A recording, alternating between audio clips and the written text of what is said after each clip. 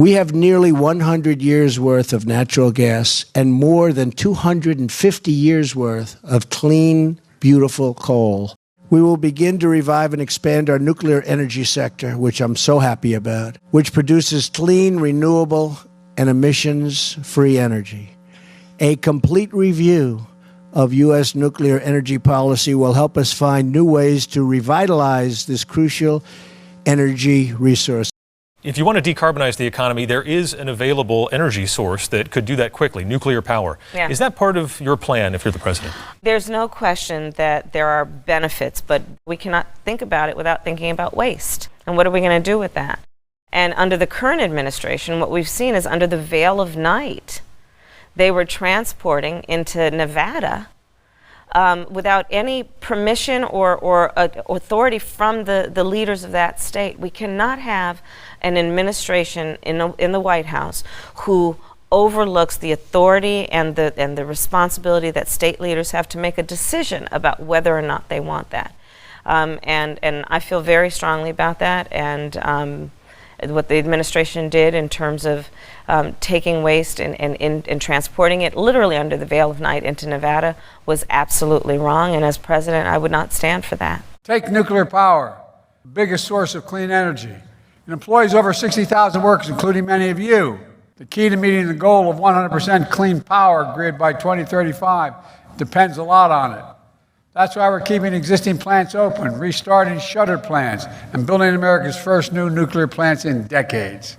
For too long, we relied on imported uranium to power nuclear reactors, imports from places like Russia, who we can't trust at all. My administration is working to change all that. We're producing advanced nuclear fuel right here in America. Nuclear is okay with me, and what we're doing is, if you look at Alabama, you look at a couple of states where they built these plants and they had cost overruns that nobody's ever seen anything like it, where they're costing $25 billion to build a plant, and the inspectors would go in, they say, those walls aren't thick enough, knock them down and build another wall, and, the environmental people were brutal. In France and in other places where they do have a lot of nuclear, they build small plants all the same, and if they need double the amount, they'll build two of them. As opposed to the nonsense that we've done where we build these massive plants and they never get built and they have cost overruns of 300, 400, 500%. Nobody's ever seen anything like it.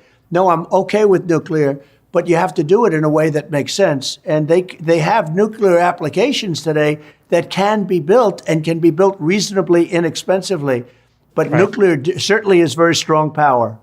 Starting on day one, I will approve new drilling, new pipelines, new refineries, new power plants, new reactors, and we will slash the red tape. We will get the job done. We will create more electricity for these new industries that can only function with massive electricity, and we'll get it done. And nobody else is even going to come close. They won't even try.